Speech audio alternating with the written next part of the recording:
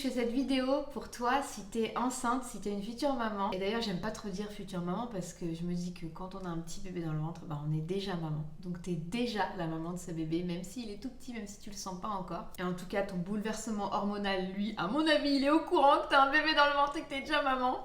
Et puis il y a aussi des enfants, des fois dans notre entourage, des petits, ils sentent le truc. Il y a des enfants qui disent il y a un bébé dans ton ventre. On fait mais non, alors qu'en fait il y a un bébé dans le ventre. Je voulais faire une vidéo juste pour te rassurer et peut-être aussi un peu te partager mes erreurs. Donc toi tu vas te dire mais meuf, mais partage-moi tes succès en fait, pourquoi tu me partages tes erreurs? Et je comprends. Mais souvent on apprend beaucoup de ces erreurs. En général, quand tu t'es cassé la figure une fois, tu fais gaffe la deuxième fois à cet endroit, tu vois. Moi j'ai 5 enfants, mon grand il a 12 ans et mon petit a 3 ans. Et je suis devenue maman pour la première fois, j'étais enceinte à 27 ans. Pour moi c'est très important de dire déjà qu'on est maman, même quand le bébé n'est pas encore sorti. Ça change toute la donne. On ne peut pas considérer que le bébé qui est en train de se créer, il n'a pas déjà une maman qui est déjà en train de l'aimer. Et en fait, même des fois, je me demande si on n'est pas un peu maman dans son cœur avant, au moment où on le conçoit et tout. Mais bon, ça, c'est tout un concept. En tout cas, une fois qu'il est là, on peut vraiment dire, il est là, je suis une maman et j'ai un bébé dans mon ventre. Je sais pas comment toi, tu te sens, mais moi, je me souviens à chaque fois avoir été partagée entre la joie, mais inexplicable. Genre, c'est inexplicable. Quand tu vois la ligne bleue apparaître là sur le truc où t'as fait pipi, t'es en mode... Et d'ailleurs, ça change tout. Une fois que tu as un enfant qui est sorti de ton corps, la vie n'est plus jamais pareille. Pour plein de raisons.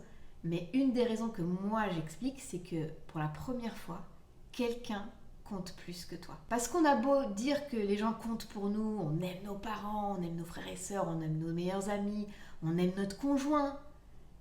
Mais là, cet être humain, il a été créé à l'intérieur de toi. Et il sort de toi. Et l'amour que tu as pour lui, il est inexplicable. Pour la première fois, il n'y a rien qui compte plus en fait. C'est inexplicable. Bien sûr que tout ce que je vais dire, c'est en général. On peut toujours trouver l'exception à la règle, on peut toujours trouver la maman qui n'aime pas son enfant, voilà. Sachant que rassure-toi, si jamais quand on te le met sur le ventre, que tu le vois et tout, tu ressens pas cet amour fou, il va venir. Faut pas paniquer. Moi, je me souviens m'être dit, mais on m'a promis le truc de ouf, genre ça y est. Moi, j'avais peut-être même un peu cette impression de, mais je ne connais pas cette personne. Et c'est normal, vous allez apprendre à vous connaître et je te garantis que l'amour que tu as pour ton enfant, il va grandir chaque jour. Tout comme ton enfant d'ailleurs, il va grandir et ton cœur pour lui, il va grandir. Et après, il y aura des trucs très intentionnels à faire parce que la connexion, le lien de l'attachement, ça c'est quelque chose qui peut se construire ou se détruire. Donc, sans te mettre la pression, parce que naturellement, il se construit ce lien. Après, il faut juste savoir qu'un enfant dont on s'occupe très peu parce que ça ne nous intéresse pas, il y a des gens qui disent, moi, le stade nourrisson, ça ne m'intéresse pas. Je peux comprendre que ça ne t'intéresse pas, mais il n'empêche que ton enfant a besoin de toi. Donc, la question, c'est pas est-ce que ça m'intéresse c'est est-ce qu'il en a besoin. Et il y a beaucoup de choses qu'il va falloir réfléchir comme ça. Parce que moi, je vous dis, ça ne m'intéresse pas de me lever 4 fois la nuit pour nourrir quelqu'un. Ça ne m'intéresse pas. C'est pas un intérêt. Mais il en a besoin. Et en plus, je pense que nous aussi, on en a besoin. On a besoin de voir qu'on est capable de se dépasser, de sortir de ce qu'on croyait être la limite du bout, de se rendre compte qu'en fait, on est capable de faire beaucoup plus par amour. Vous voyez, je me suis perdue. On se dépasse, nanana, où est-ce que je voulais en venir? Ouais, que si tu l'aimes pas tout de suite, tu vas voir, ça va venir. Ça va venir. Et c'est un amour, c'est inexplicable, en fait. Tu vas adorer. Mais parfois, on est en même temps super contente et en même temps super terrifiée à l'idée de... Tu vas devenir la personne la plus importante pour cet enfant, pour toute sa vie. Après, lancer le débat, oui, bien sûr qu'après, il va rencontrer d'autres personnes et qu'on n'a pas toujours la première place, mais il n'empêche qu'on n'a qu'une maman. Donc, tu vas être tellement importante pour cet enfant. Et ça peut être terrifiant. Ça peut être terrifiant le monde dans lequel on amène cet enfant, le monde qu'on lui laisse. Il y a plein de choses qui sont terrifiantes. Et ce qui est bien, c'est de ne nier ni l'un ni l'autre. Donc on ne met pas de côté tout ce qui est merveilleux et waouh, et des fois, parce que des fois c'est tellement dur qu'on en oublie le côté extraordinaire de la maternité. On le laisse de côté, on voit que ce qui est trop dur. Et des fois on fait l'inverse. On est genre bisounours world. Et en fait non, il y a des choses qui sont dures et tu peux pas le nier. Donc moi ce que je t'invite à faire, c'est dès maintenant à refuser de choisir. Tu peux vivre les deux en même temps. Tu peux être dépassée mais heureuse. Tu peux être fatiguée mais comblée. Tu peux être inquiète mais satisfaite. C'est pas toujours à opposer ce qu'on vit. Quelquefois, ça va s'imbriquer. Et il y a beaucoup de paix à dire que on va laisser les choses s'imbriquer, on va pas les opposer constamment. C'est pour ça que quand on me demande comment ça va, je sais pas comment répondre à cette question. Elle m'énerve cette question. Je sais pas comment ça va. Parce qu'il y a plein de choses, ça va super, et il y a plein de choses, c'est difficile. Alors je peux pas te dire ça va bien ou ça va pas bien. Parce que ma vie ne se résume pas à l'un ou l'autre. J'ai plusieurs choses imbriquées, et démêler, ça prend du temps, et puis c'est pas toujours le but en fait. Sauf si on est vraiment à la recherche du zéro souffrance, zéro stress, confort absolu, ce qui est un peu le mot d'ordre de notre société aujourd'hui. Fais ce qui est important pour toi, point. Tu vois, c'est toi qui compte. Ce qui n'est pas tout à fait vrai, parce que si moi je vais super bien et que tout le monde autour de moi va pas bien, au final je vais pas bien, c'est pas vrai. Donc l'idée c'est vraiment de se dire quel est le but de chaque chose, parce que personne n'a envie d'avoir mal au sein quand on commence l'allaitement. Mais t'as pas envie d'avoir mal au sein, c'est censé être un lieu de plaisir, c'est pas censé être un lieu de purée, qu'est-ce que je peux mordre. Mais la réalité, c'est que ça fait mal au début d'allaiter. C'est mon expérience, d'accord, je vais pas faire une généralité. Pour moi, c'était un combat. Les 3 premières semaines, j'étais en mode vas-y, freestyle, bats-toi. Et parce que je voulais vraiment le faire, parce que je sais aussi qu'il y a plein d'autres solutions quand on veut pas le faire, ou quand on se bat déjà ailleurs, parce qu'il y a des fois dans le couple ça tangue, ou bien on est maman solo et on doit tout gérer toute seule, ou bien on n'a pas d'aide du tout. Enfin, je sais qu'il y a 10 000 combats, et quand tu es sur plusieurs combats, tu peux pas tous les mener en même temps, donc il faut les choisir. Et moi, je voulais me battre pour l'allaitement. J'ai d'ailleurs jamais vraiment réussi à faire totalement allaitement. Je me suis fait aider avec des biberons pour chaque enfant parce que c'était difficile. Mais je suis quand même contente de me dire, j'ai essayé de me battre. J'ai fait du mieux que je peux. Et ça, c'est aussi un conseil. Mais non, je suis pas là pour te donner des conseils, mais plus mon expérience, c'est tu seras sûrement soulagée de te dire, de te regarder le soir quand tu te laves les dents là, devant le miroir, et te dire, écoute, j'ai fait de mon mieux. Ah, il y a une livraison. Je reviens. Je suis dégoûtée. À chaque fois, je me dis, oh, quelqu'un m'a envoyé un cadeau. Bon, bah, c'est genre un colis pour mon mari, et c'est genre des ampoules pour le plafond. Ouh, où est-ce que j'en étais? Ah oui, tu seras contente le soir de te dire, j'ai fait de mon mieux. Parce que faire parfait, ça va jamais arriver. Par-ci, peut-être une personne sur cette terre a déjà eu un enfant et a tout fait bien. Moi, j'en ai jamais rencontré. Faire mal et te dire, j'ai fait le minimum, j'ai pas fait ce qu'il fallait, tout, c'est pas satisfaisant. T'es pas satisfaisante, t'es pas contente de te dire j'ai bâclé mon truc. Le truc qui va te satisfaire, à mon sens, c'est de te dire j'ai fait de mon mieux. Tu pouvais pas faire plus, de toute façon tu pouvais pas, on est limité. Tu verras quand tu dors pas beaucoup, tu fais le minimum vital, mais tu le fais de ton mieux. Je sais pas si t'as peur de l'accouchement ou pas, mais c'est quand même quelque chose qui, pareil, comme les seins, normalement, c'est une zone de joie entre nos jambes, puis là, il va falloir faire passer un être humain. Alors, à part les mamans qui disent qu'elles ont accouché sans douleur, et donc il faut croire que c'est possible, c'est quand même quelque chose qui n'est pas facile. Moi, j'aurais aimé qu'on me dise, Pris, c'est sport. Parce que moi, je suis arrivée comme une fleur, tout le monde m'a dit que c'était merveilleux et tout. Oui, c'est merveilleux. Et comme je t'ai dit tout à l'heure, que tu n'as pas besoin de séparer deux choses, elles ne sont pas forcément opposées, c'est merveilleux et douloureux. Ça fait mal. Tu vois, les douleurs de règles, bah, ça fait mal. C'est plus fort que des douleurs de règles, c'est mon expérience à moi. Et puis, il faut pousser pour le sortir. Et puis, il ne faut pas pousser comme le caca. C'est une autre sorte de pousser. Donc, moi, on m'avait expliqué comment le pousser. Tu vois ton pubis, donc là, l'os qu'on a au-dessus de la vulve. Si tu pousses tout droit, la tête du bébé, elle va arriver sur l'os, et donc ça va pas l'aider. Faut que tu rentres ton ventre pour plaquer bébé derrière ton dos, le long de ton dos, on va dire, et t'imagines que tes fesses, c'est un toboggan, et tu pousses ton bébé le long des fesses, donc vraiment la forme des fesses, ton coccyx la touche dans l'arrêt, là, tu vas sentir l'os qui fait comme ça. C'est comme si c'était un toboggan. Donc moi, la sage-femme, elle m'avait dit, tu rentres ton ventre, plaque bébé le long du dos, et tu le fais descendre dans le toboggan. Et en fait, le fait de le savoir, ça aide. Moi, ça m'a aidé en tout cas. Tout le monde va vouloir venir te voir à la maternité. Surtout, n'hésite pas à dire si t'as pas envie de voir des gens. Parce que souvent, c'est un moment avant t'as dit mais bien sûr venez tous et tout, puis après t'as vécu le truc et tu te rends compte que t'es fatigué. Et quand on est défoncé, on n'a pas forcément envie de voir des gens, ou alors on a envie de les voir mais ça va pas nous faire du bien. Donc n'hésite pas à dire aux gens que tu préfères les voir quand tu seras rentré à la maison et que tout ira bien. Moi j'ai pas osé et j'aurais aimé avoir osé. Tu sais comment je m'en suis rendu compte? C'est parce que quand il y a eu le Covid, j'avais le droit d'avoir personne. Et là j'ai fait oh mais je suis tellement plus reposée. Parce que mine de rien, quand bébé dort, bah tu dors. T'es pas obligé de faire la papote avec ta copine, mais t'as envie de faire la papote avec ta copine. Je dis pas que les gens vont t'obliger à parler. On a envie de faire la papote. Mais la vérité, c'est qu'on a besoin de récupérer grave. C'est comme la vie après. Moi, j'ai essayé de vivre comme avant, on continue à sortir, on emmène bébé partout, on fait garder bébé, gna gna gna, et j'accumulais de la fatigue. Parce que tu as l'impression que ça te fait du bien, mais ça t'épuise. Donc, trouve ton équilibre entre... Parce que c'est pas bon de ne pas sortir du tout non plus, mais tout en équilibre. De toute façon, ça dépend de chacune d'entre nous, tu vas le sentir. Mais n'hésite pas. Moi, vraiment, je recommande...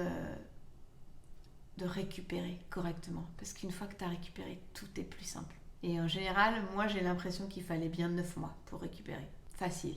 On m'avait dit au bout de 2-3 mois, tu récupères une sexualité. Et au bout de 9 mois, tu récupères ton poids. Et franchement, je trouve que c'est assez vrai. Pour les 5 fois, ça s'est fait à peu près comme ça. La sexualité, parlons-en. C'est très bien qu'on arrive sur ce sujet.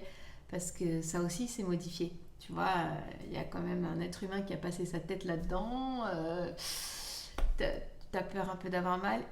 Et ça, pour moi, c'est la meilleure opportunité pour faire grandir la relation avec ton conjoint.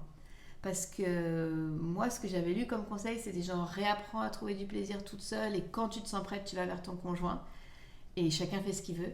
Mais moi, si on fait ça, on passe à côté, complètement à côté du fait que notre conjoint a envie d'être là pour nous. Il a envie d'être là pour nous permettre de retrouver nos sensations, de voir qu'est-ce qui fait mal, qu'est-ce qui fait pas mal, qu'est-ce qu'il faut attendre encore un peu.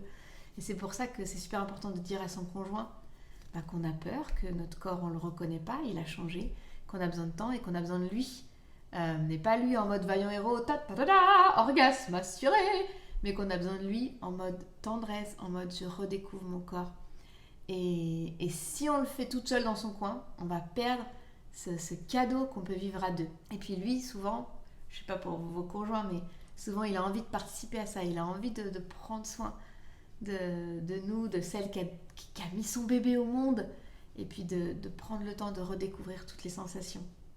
Sans stress. Moi je me souviens qu'on m'ait dit la pénétration c'est pas l'objectif. L'objectif c'est de passer un bon moment tous les deux. Et s'il n'y a pas de pénétration, c'est pas grave du moment que vous avez passé un bon moment tous les deux. Ça fait redescendre la pression à fond. D'un seul coup, l'objectif c'est juste un bon moment, c'est tout. Et de toute façon, la nature est bien faite parce que plus on passe un bon moment, plus on a envie de son partenaire et donc ça revient petit à petit. Et puis on m'avait dit aussi, alors ça je sais pas si vous serez d'accord ou pas, mais on m'avait dit l'orgasme de monsieur, c'est pas la priorité là. Bon, je vous répète ce qu'on m'a dit et ce qui m'a paru faire sens. L'orgasme de monsieur, c'est jamais la priorité dans le sens où lui, il va l'avoir son orgasme. Un homme a un orgasme beaucoup plus facilement qu'une femme. Alors oui, ce que je vous dis, c'est cliché. Peut-être que vous trouverez le moyen de me prouver que c'est différent chez vous. Mais globalement, pour parler avec des centaines de mamans, j'ai quand même l'impression que l'orgasme féminin, il est un peu plus dur à aller chercher et un peu plus long à aller chercher. Donc si monsieur se focalise sur l'orgasme de sa chérie, lui de toute façon, il va l'avoir. C'est plus facile d'atteindre beaucoup de plaisir à deux quand on se dit le but c'est que madame elle ait un orgasme parce que de toute façon monsieur va l'avoir. Bon voilà, ça c'est un truc que j'avais entendu. Il n'y a rien qui... Je peux pas scientifiquement vous justifier le truc. Il n'y a pas grand chose que je peux justifier scientifiquement. Moi je partage mon expérience ou des machins que j'ai entendus à droite à gauche qui ont marché ou pas. Si vous voulez du scientifique, c'est pas ici qu'il faut chercher. Donc voilà, sexualité, ça prend du temps. Moi, j'ai quand même constaté qu'à chaque enfant, l'intimité est de plus en plus extraordinaire. Donc ne vous laissez surtout pas dire que c'est de pire en pire, que vous allez perdre votre intimité et que votre conjoint va vous quitter ou je ne sais quoi. Donc ne passez pas à côté d'être vulnérable, d'oser dire. Nos maris, enfin je sais pas pour les vôtres, mais en général, un mec ne veut pas Wonder Woman. Un mec veut juste une vraie relation, de l'authenticité et pouvoir être là pour vous. Donc si on est Wonder Woman, mais on n'a pas besoin de lui quoi. Et ça lui fait plaisir d'être là pour nous. Donc on peut être vulnérable. Bien sûr que ça dépend des relations. Il y a des relations toxiques. On ne peut pas se mettre vulnérable dans les mains de n'importe qui. Je suis d'accord. Donc de cette vidéo, attrapez ce qui marche chez vous et laissez de côté ce qui ne marcherait pas chez vous. On a parlé allaitement, on a parlé sexualité. Maintenant, on va parler de la nuit. La nuit, c'est tellement propre à chacun. Tout ce que je peux recommander, c'est d'être sûr que de son côté, on n'a pas des douleurs de notre enfance qui sont restées latentes et qui nous empêchent d'être frais et juste dans notre relation à notre bébé. Je vous donne l'exemple tout bête. Moi, j'ai jamais dormi dans le lit de mes parents, entre mes parents. Et je me suis dit, je vais faire différent. Pour mes enfants, ils dormiront dans mon lit quand ils veulent. C'est pas équilibré. Quand ils veulent, non, en fait, nous, on a une vie d'adulte, une vie de couple, donc il n'y a pas de quand ils veulent. Et puis, la raison pour laquelle je mettais ça en place, c'est même pas parce que c'est juste pour mon enfant ou parce que c'est bien ou quoi, c'était en réponse à quelque chose que moi, j'avais pas traité. Et donc, il y a plein de choses, tu verras, quand ton enfant arrive, tu vas revivre ta propre enfance. Il y a des choses que tu as traitées, que du coup, ça ne te touchera plus pour être la maman que tu as envie d'être. D'ailleurs, on dit souvent qu'on est la maman qu'on aurait aimé avoir. Donc, tout ce que tu n'as pas résolu, ça va rejaillir dans l'arrivée de ton enfant là. Donc, n'hésite pas. Dès qu'il y a quelque chose qui sort, souvent quand on se met en colère, c'est un indicateur. C'est un peu comme un voyant qui s'allume sur la voiture, tu vois.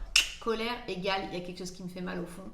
Et si tu arrives à mettre le doigt sur ce qui te fait mal, parce que c'est souvent les mêmes choses qui nous mettent en colère, là, tu peux le traiter. Et que ça ne t'affecte plus dans la relation avec la suite des générations après toi. Tu sais, j'avais vu cette image sur Internet. Il y avait une arrière-grand-mère, une grand-mère, une mère, une jeune fille, une petite, un bébé. Et puis c'était génération après génération. Et puis il y en avait une qui disait stop, ça s'arrête à moi. Tu vois. Et je me suis dit, waouh, en fait c'est possible. C'est possible de ne pas continuer comme ça à reproduire des trucs. Des fois, il faut se faire accompagner. Des fois, il faut juste avoir un conjoint à l'écoute. Parce que parler, ça met en lumière des choses, ça nous permet de prendre conscience des choses, de faire j'avais jamais vu ça comme ça. Donc juste quelqu'un qui a une bonne oreille, ça permet de sortir plein de choses. Donc les nuits, tu verras que tous les bébés sont différents. Il y a des bébés, tu les poses dans leur lit, dans leur chambre, ils réclament jamais rien. Faut pas leur inventer des problèmes à eux. Moi je me souviens, on était avec ma famille et puis quelqu'un m'avait dit, faut pas inventer des problèmes quand il y en a pas. Un bébé qui est tout seul, moi j'étais là, mais tu laisses ton bébé tout seul à l'autre bout de la maison, c'est une maison qu'il connaît pas, parce qu'on était là pour fêter Noël et il était à l'autre bout de la maison. Et la personne me fait, faut pas inventer des problèmes, là il y en a pas. Bébé dort, bébé va très bien. Si moi j'ai des angoisses, c'est sûr que je vais lui donner, mais si lui il en a pas, on n'en invente pas. Je dis ok. Mais par contre, il y a des enfants qui voudront de la proximité. Et ça c'est vachement difficile, parce que t'es partagé entre il a besoin de moi, je dors avec lui. Et puis, en même temps, toi, tu as besoin de ton sommeil toute seule, tranquille, sans un bébé qui va te mettre un pied dans la figure comme ça. Puis ton conjoint, il a des besoins qui sont différents. Il y a des papas, ça les gêne pas du tout d'avoir un bébé dans le lit. Il y en a, ça les empêche de dormir vraiment. Donc tout ça, c'est à décider ensemble. Mais s'il y a un truc que je pourrais vraiment recommander, sur le long terme, ça dépend de avec qui tu es. Mais normalement, si tu as choisi un conjoint, c'est que tu lui fais confiance. Moi, je dirais... Essaye de voir de faire confiance au papa. Donc c'est bien qu'il puisse y avoir cette relation de confiance où s'il te dit je vais prendre bébé, va dormir, t'es en confiance. Bien sûr que ça dépend de votre conjoint. Ça c'est pas universel. Le sommeil, moi je dis dors quand bébé dort, s'il te plaît. S'il te plaît. Parce que moi on m'a donné ce conseil et j'étais là, c'est tellement nul comme conseil. Moi je suis suffisamment en forme, je suis jeune, je suis créative, j'aime faire plein de trucs. J'ai failli faire un burn-out quasiment à chaque fois, sauf le dernier, parce que enfin, au numéro 5, je me suis dit, ok, peut-être qu'elles ont raison toutes ces mamans. Parce que quelquefois on te donne un conseil, puis nous on a tendance à mal le prendre, parce qu'on le filtre en fait, on se dit, elle me prend pour une incapable, nanana, on a tous nos filtres. Mais il y a des gens qui vous aiment vraiment, et qui vous donnent vraiment des conseils parce qu'ils vous aiment, et qu'ils ont déjà marché sur ce chemin, et qui vous disent, attention là-bas, il y a une ronce, ou tu vois, fais attention, parce que je suis déjà allée là-bas. Et tous les conseils ne sont pas à dégommer. Surtout si vous savez que c'est quelqu'un qui vous aime. Mais des fois, ils peuvent se tromper aussi. Moi, j'aime bien attraper les conseils, les étudier toutes seules, les mettre à la lumière et voir après ce que je garde et ce que je garde pas. Et puis, je dirais aussi de te faire confiance à toi. Ça, on me disait tout le temps, fais-toi confiance, et ça m'énervait. Du coup, pardon si je t'énerve. Moi, ça m'énervait parce que je disais, mais comment je peux me faire confiance? C'est la première fois que je suis maman, je connais rien en fait. J'aurais plus confiance dans une autre maman qui a 8 enfants là-bas, qui connaît même pas le mien, mais qui en a 8, donc vas-y, prends mon enfant, dis-moi comment il dort, dis-moi comment je dois le nourrir, dis-moi. Alors qu'en vrai, il y a des choses qu'il n'y a que toi qui vas voir. Parce que tu connais ton enfant mieux que personne, tu vas l'observer, tu vas observer ses réactions, tu vas très vite voir ce qui le calme, ce qui le calme pas. Et ça, c'est quelque chose qui est difficile. Parce que arriver à assumer et à dire je crois que c'est ça qu'il lui faut, sans dénigrer tous les autres conseils, qui sont pas que des conseils pourris. Les gens, ils te donnent des trucs parce que ça a marché pour eux, tu vois. Ça, c'est pas toujours facile d'arriver à dire c'est moi la maman, donc je vais prendre ma décision. Et quelquefois, quand tu vas confier ton bébé à quelqu'un, ta mère, ta belle-mère, ta sœur, la crèche, la nounou, quelquefois ça va pas se passer pile comme toi t'aurais fait. Et ça risque de t'énerver. Parce que quand on délègue, on a envie que ça se passe comme nous on aurait fait. Et ça, c'est impossible. Parce que elle n'est pas toi. Donc, il faut savoir aussi sur quoi tu es prête à lâcher prise et sur quoi tu n'es pas prête. Donc, si chez mamie, ils mangent plein de bonbons, c'est normal, c'est chez mamie. Les enfants sont capables de savoir que chez mamie, il y a des règles et il n'y a pas ces règles-là à la maison. Si chez mamie, ils regardent l'écran du matin au soir et que là, tu n'es pas d'accord, bah là, c'est quand même toi la maman. Donc, c'est là que tu vas devoir décider à quel point je suis d'accord de lâcher prise ou pas. Donc, les bonbons, ok, mais Mickey du matin au soir, non. Tu vois, ça va être à toi de juger, mais il y a des choses sur lesquelles tu vas devoir lâcher quand c'est pas toi. Et donc ça, c'est bien aussi de faire un point avec ton conjoint avant. Ça évite beaucoup de disputes. Dire qu'est-ce qu'on veut pour nos enfants, sur quoi on est prêt à lâcher parce que c'est pas si grave, et sur quoi on lâche pas parce qu'on trouve que ça c'est trop important. Tu vas adorer être maman. Tu vas adorer être maman. Si c'est ton deuxième ou ton troisième ou plus, je t'invite vraiment à tout raconter à tes premiers enfants. À dire, tu sais maman, elle va avoir un deuxième bébé, mais tu vas pas perdre la place dans mon cœur. Le cœur de maman, il grandit. En même temps que mon ventre, mon cœur grandit. Il y aura toujours assez d'amour pour toi parce que l'amour, il est grandissant. Il s'arrête jamais de grandir. N'hésite pas à lui dire maman elle est fatiguée parce qu'il y a bébé, donc j'ai besoin que tu m'aides. Par exemple, tu viens dans mon lit pour lire une histoire, ou bien c'est toi qui me racontes l'histoire cette fois. Un enfant, il n'a pas besoin qu'on soit parfait, il a besoin qu'on soit honnête avec lui et honnête avec nous-mêmes. Tu vas avoir tous les discours des mamans qui vont te dire surtout ne reste pas à la maison avec bébé, tu deviens fou, t'as besoin de voir des adultes, t'as besoin de ta carrière, si tu t'arrêtes de travailler après t'es plus rien. Et elle le pense vraiment quand elle vous dit ça. Moi, celle qui me l'a dit, elle le pense vraiment, c'est son histoire à elle. Ne te laisse pas imposer l'histoire de quelqu'un d'autre. Puis il y en a d'autres qui vont te dire mais surtout ne va pas travailler. Mais quelle horreur, ces mères qui travaillent alors qu'elles ont des enfants à s'occuper, tu vas les faire garder par quelqu'un d'autre alors que c'est toi qui les as mis au monde et tout. C'est leur histoire à elles. C'est comme ça qu'elles l'ont vécu et qu'elles ont perçu les choses. Ne te laisse pas imposer les histoires des autres. Mais par contre, moi je recommande vraiment d'écouter les histoires et puis de prendre le temps de peser tout ça. C'est comme si tu avais une balance, tu prends tout puis tu pèses. Et il y a des choses qui pèseront plus lourd que d'autres. Parce que moi, par exemple, sur mes 5 enfants, si j'avais pu travailler à temps partiel dès le début, j'aurais aimé ça. Parce que la réalité, c'est que les enfants, ils grandissent très vite. Et ça, c'est un mystère parce que toi, ça te paraît interminable la journée. Moi, je me rappelle quand on m'a dit ça va passer vite, j'ai dit mais purée, mais tant mieux. Puis maintenant, je me dis oh mince, c'est passé trop vite. Donc, tu vois, quand on est fatigué, on a envie que ça passe vite. Puis quand on se sent mieux, après, on fait non, en fait, j'ai pas si envie que ça passe vite. J'ai envie de profiter de chaque instant. Et c'est vrai que si ton enfant, il est avec une nounou de 8h à 19h, c'est la nounou qui va le voir grandir plus que toi. C'est la réalité. Mais après, peut-être que toi, t'adores tellement ton travail que c'est un choix que tu veux faire. C'est juste qu'il faut que ce soit ton choix. Te laisse pas imposer les choix à cause des histoires des autres. Pour moi, l'idéal, c'est vraiment plein de temps dispo pour l'enfant tant qu'il est petit, et après on peut lâcher un petit peu. Et sachant que des fois ce qui remplit notre agenda, c'est pas toujours notre travail. Quelquefois c'est les week-ends avec les copines et les activités, tout ça. Dis-toi que ton enfant, il arrive au monde, il a besoin de toi.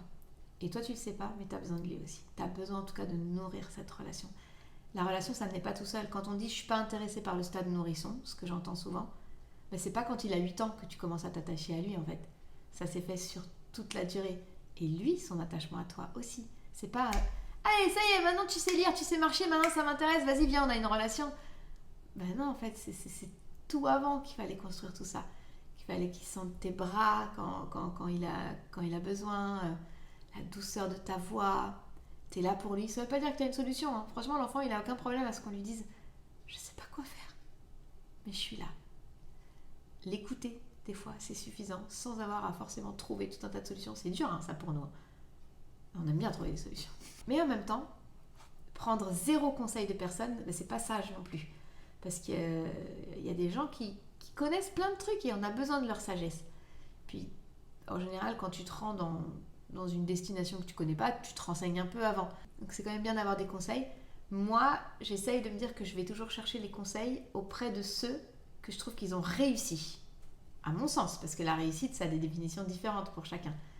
Mais si je regarde quelqu'un en me disant ce que tu fais, tu le réussis, et moi, c'est ça que je voudrais pour ma vie, alors cette personne, elle est digne de confiance et digne de me conseiller. Donc, tu vois, tu vas chercher les conseils là où tu estimes que cette personne a réussi.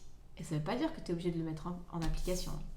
Une autre chose, c'est que souvent le couple, il passe à la trappe parce que chamboulement, arrivée du bébé, c'est notre petit trésor, puis le bébé, il a grave besoin de nous. On se dit, c'est bon, mon conjoint, il peut se débrouiller, il a pas besoin de moi. Un mec pareil, il va peut-être se dire, c'est bon, ma femme, elle a pas besoin de moi. C'est pas vrai. Elle vient d'accoucher, elle est au bout du rouleau, elle a besoin que tu prennes soin d'elle. D'ailleurs, vous savez que Matthew McConaughey, le beau Matthew McConaughey, a dit la meilleure chose qu'un papa peut faire pour son bébé, c'est de prendre soin de maman. C'est pas mal quand même. Et je trouve qu'il y a beaucoup de vrai là-dedans. Et donc je dirais que essaye de faire que ton couple, c'est toujours la priorité. Parce que tes enfants, ils vont grandir et ils vont choisir un conjoint un jour. C'est pour ça que tu les as fait. Hein. Enfin, quand il a 1 mois, ça ne te vient pas à l'idée, mais pourtant c'est la réalité. Tandis que ton conjoint, a priori, c'est ta relation pour la vie. Si un jour tu veux être papy-mamie ensemble, bah c'est maintenant qu'il faut construire ça. Tu vois, ça va pas se faire tout seul, ça va pas venir. Ah, les enfants, ils ont 18 ans, viens, on construit une relation. Tu vois. Donc, si ton couple, ça peut toujours être une priorité. C'est quelque chose qui est une vraie force pour les enfants, d'avoir un couple solide chez les parents. Et c'est du boulot. Hein. Oh, purée, c'est du boulot. C'est des conversations. Et quelquefois, c'est fermer sa bouche. Et ça, c'est pas toujours facile. Mais quelquefois, c'est juste montrer à l'autre à quel point il est important pour nous, avec quelque chose qui le touche lui, alors que nous, on trouve ça aberrant. On trouve ça ridicule, mais on le fait pour l'autre. Parce que j'ai remarqué que quand on se met ensemble au début, on a plein de points communs, on veut les mêmes choses au même moment, et puis ça finit par se diluer. Puis à un moment, on n'a plus envie du tout des mêmes choses au même moment. Et donc ça va être une histoire de concession constamment, jusqu'à ce qu'on retrouve ce truc où on se sent en fusion. Encore que tous les scientifiques le disent, tiens, ça pour le coup c'est scientifique, le coup de foudre c'est 3 ans, l'amour c'est 7, c'est-à-dire au bout de 7 ans on passe une étape, on passe un cycle. La plupart des séparations ont lieu dans la première année de naissance des enfants. Donc si tu ne sais pas que ça va être dur, qu'il va falloir taffer, et ton conjoint aussi, parce que c'est à 2, hein, parce que même si tu fais 100%, ça reste que la moitié du couple. Donc il faut que lui aussi fasse son job. Et tu sais, pour faire son job de chéri, il a besoin que tu l'encourages et que tu critiques pas le moindre truc, parce que des fois ils font des petits efforts et puis on dit bah quoi, bah c'est normal, ou ah non mais c'est pas du tout ça dont j'ai besoin, hein. Bah ça décourage en fait. Quelqu'un qui fait un effort pour toi, si tu lui montres que c'était n'importe quoi, et c'était peut-être n'importe quoi, hein, mais ça décourage. Donc moi je recommande à fond qu'on puisse louer les efforts de nos conjoints ou de nos enfants ou de nos amis. Enfin, c'est valable tout le temps en vrai. Sors beaucoup avec ton bébé. C'est la sage-femme qui était venue à la maison qui m'avait recommandé ça. Elle m'avait même dit, nous on habite à côté d'un cimetière, elle avait dit allez marcher dans le cimetière. J'étais là, non. Elle dit ça fait du bien au bébé, il a besoin du soleil, de l'air frais.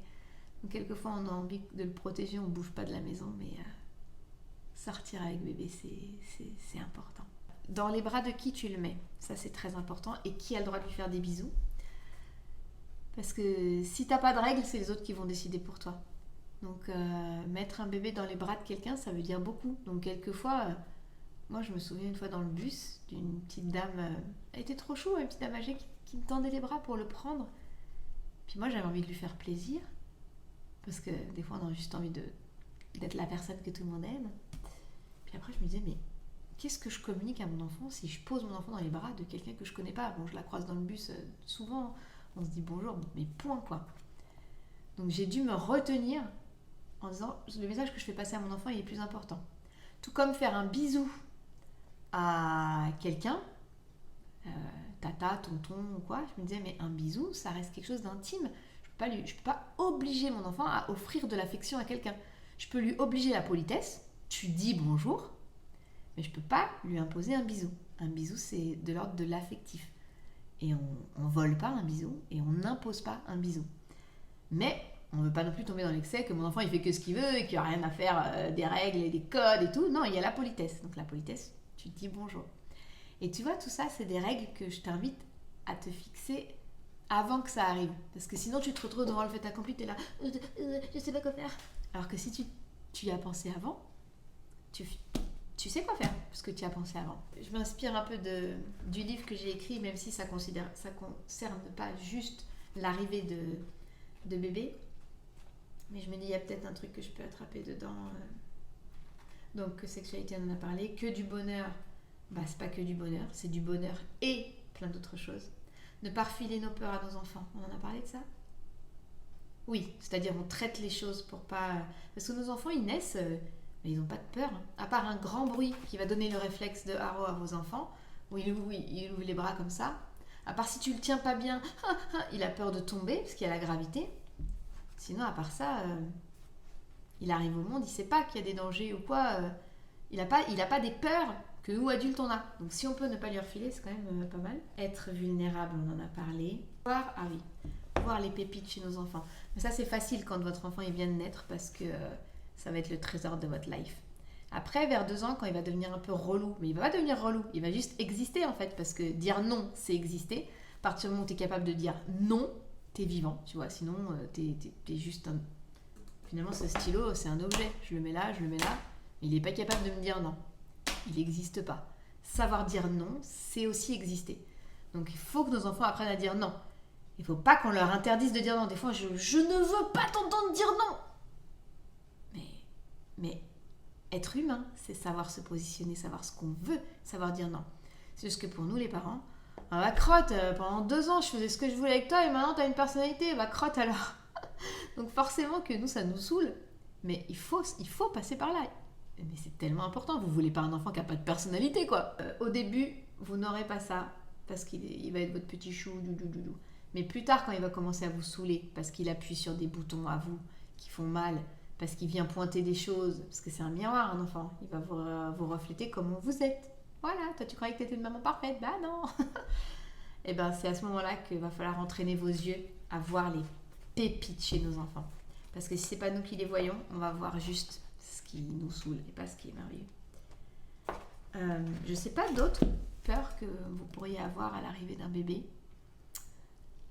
Le changement de votre corps, parlons-en, il est inévitable. Donc même si c'est pas un bébé qui déforme ton corps, ce sera la gravité, ce sera l'âge, le temps qui passe. Le changement corporel est inévitable. Donc j'aimerais te dire que tu vas rester fraîche, mais non. Mais par contre, j'aimerais te dire que tu vas rester belle. Parce qu'être belle, ça ne veut pas dire être jeune et mince. Ça, c'est ce que la société veut nous faire croire. Et c'est super important, surtout pour tes enfants, qu'ils sachent que, dès leur plus jeune âge, que la beauté, c'est pas être mince et être jeune. C'est pas vrai. D'ailleurs, il y en a plein qui sont minces et jeunes et qu'on trouve pas spécialement beaux. Puis il y en a plein qui sont plus âgés, pas minces, puis qu'on trouve rayonnant et trop belle, quoi. Donc vraiment, c'est une absurdité qu'il faut qu'on arrive à casser. Il est inévitable, le changement corporel. Donc moi, je te dirais, ne cherche pas à le combattre, parce qu'il est inévitable. Mais danse avec lui. Genre, il n'y a pas de problème que le corps change, on va s'adapter. Tu vas pas être moche, juste parce que t'as pris un peu de bide et un peu de sein. Tu sais que c'est merveilleusement bien fait. Le corps, il stocke du gras autour des hanches, parce qu'après, pour l'allaitement, Tu vas aller chercher le gras dont il y a besoin pour ton bébé. Et je me souviens, le mari de ma meilleure amie, il avait dit j'aime tes vergetures parce que c'est pour me donner des enfants que tu les as. Moi, à l'époque, je me suis dit, mais taré, quelle hypocrisie, genre on aime les vergetures maintenant. Mais ça fait plus de 10 ans qu'il lui a dit ça. J'ai eu mes enfants, j'ai un mari, je vois bien que l'œil, il se travaille. On n'est pas obligé d'accepter cette notion que est beau que ce qui est mince, lisse et jeune. On n'est pas obligé d'accepter ça. On a notre choix, hein, on a notre mot à dire dans cette histoire. Je me rappelle une fois, mon mari m'a dit « Mais qui décide en fait si t'es belle ou pas ? Moi j'ai mon mot à dire ou pas ? Si moi je te trouve belle, j'ai droit ?» Parce que moi j'étais là « Je suis moche !» Et ça m'a fait tilt, genre « Bah oui en fait, si toi tu me trouves belle, bah, bien sûr que t'as le droit. » Peut-être même que son avis à lui devrait compter 10 fois plus que l'avis de toute la société pour moi. Ton corps il va changer. Et c'est merveilleux. Ton corps, c'est ton allié, c'est pas ton ennemi. Et les changements sont merveilleux. Par contre, on veut être en bonne santé. On veut pas être jeune toute la vie, mais on veut être en bonne santé. Donc, bien sûr, fais attention à ce que tu manges. Encore que tu verras que quand on n'a pas beaucoup dormi, on est bien content d'avoir une barre chocolatée méga sucrée. Oh là là.